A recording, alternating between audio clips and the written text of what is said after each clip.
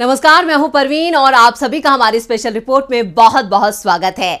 5 राज्यों के विधानसभा चुनाव में से 4 में मतदान संपन्न हो चुका है, यानी 5 राज्यों का विधानसभा चुनाव अपने अंतिम पड़ाव पर पहुंच चुका है। अब सिर्फ एक राज्य बचा है, वो है तेलंगाना।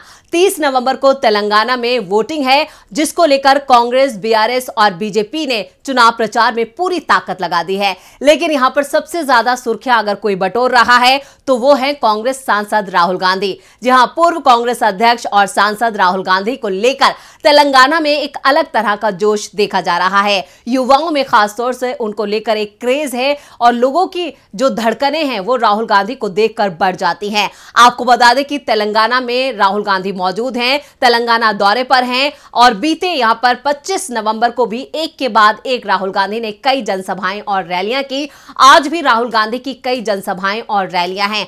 आपको बता दें कि बीती रात एक वीडियो राहुल गांधी का सामने आया। इस वीडियो में राहुल गांधी हैदराबादी पान खाते हुए नजर आए हैं और उनको लेकर जो लोगों की जो भीड़, जो जनसैलाब था, उन्हें देखने के लिए जो भीड़ उमड़ रही थी, उसने भी लोगों का ध्यान खींचा है। तो अब देश भर की नजरें तेलंगाना पर लगी हैं। तेलंगाना के साथ साथ सबकी नजरें राहुल गांधी पर लगी हैं। तो सबसे पहले देखते हैं राहुल गांधी का ये वीडियो, जिसमें वो पान खाते नजर आ रहे हैं और उनके साथ जो पूरा काफिला था, जब राहुल गांधी का काफिला वहां पर पहुंचा तो लोग भी यहां पर पीएम पीएम के नारे लगाते नजर आए। यानी राहुल गांधी को लेकर यहां पर प्रधानमंत्री का नारा दिया गया कि 2024 में राहुल गांधी प्रधानमंत्री बनेंगे। न सिर्फ कांग्रेस समर्थक बल्कि वहां पर मौजूद लोग भी पीएम पीएम के नारे लगा रहे थे। तो सबसे पहले देखते हैं राहुल गांधी का ये वीडियो।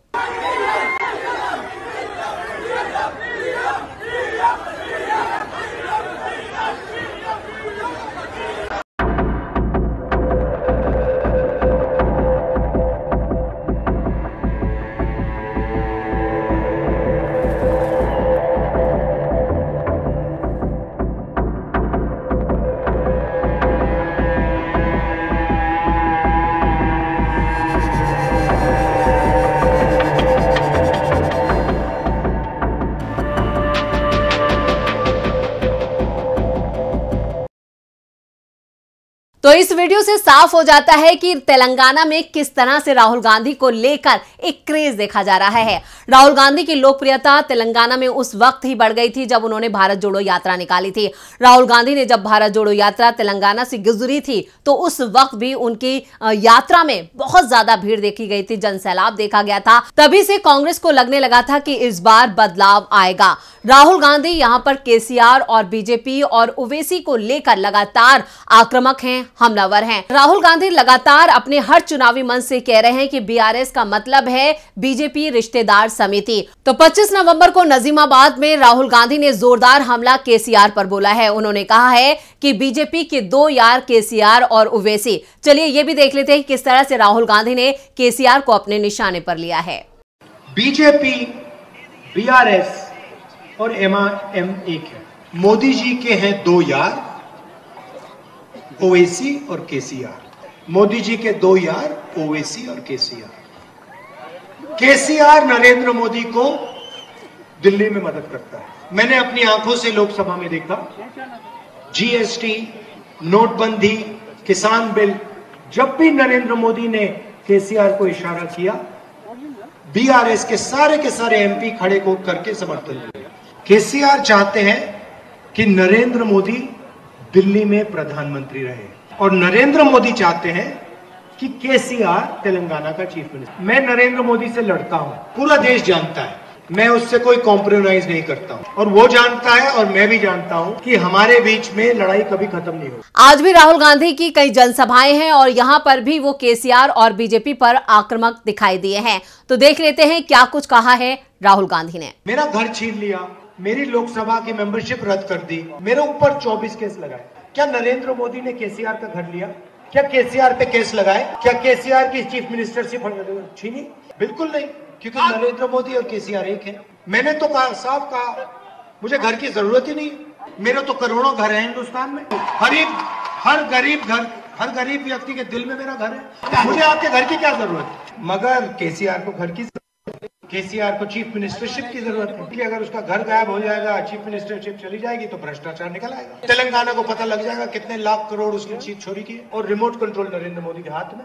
उस पे एक बटन सीबीआई वाला, दूसरा बटन ईडी वाला, तीसरा बटन इनकम टैक्स वाला। वो नरेंद्र मोदी बटन में नहीं दबाता, बस दिखाता है। तो ये तस्वीरें और राहुल गांधी की ये आक्रामकता साफ बता रही है कि तेलंगाना में भी कांग्रेस आ रही है। कांग्रेस की तरफ से भी दावा किया जा रहा है कि इस बार तेलंगाना में कांग्रेस पूरी मजबूती के साथ अपनी सरकार बना रही है। आपको बता दें कि सत्ता पर काबिज सीएम केसीआर भी अपनी सत्ता बचाने की जुगत में लगे हुए हैं। उनकी तरफ से भी कांग्रेस पर आक्रमण किया जा रहा है, वार किया जा रहा है, शब्दों के बाण चलाए जा रहे हैं। लेकिन फिलहाल यहां पर जो कांग्रेस के दिग्गज हैं उन्होंने मोर्चा संभाल लिया है। तेलंगाना में न सिर्फ राहुल गांधी काफी आक्रामक हैं केसीआर और बीजेपी पर, बल्कि इस बीच प्रियंका गांधी भी तेलंगाना पहुंच चुकी हैं। तेलंगाना में प्रियंका गांधी की भी कई रैलियां और जनसभाएं हैं। वहीं कांग्रेस अध्यक्ष मल्लिकार्जुन खड़गे लगातार तेलंगाना में बने हुए हैं। वो वहां से लगातार कांग्रेस को मजबूती दे रहे हैं और कांग्रेस कार्यकर्ताओं में जोश भर रहे हैं।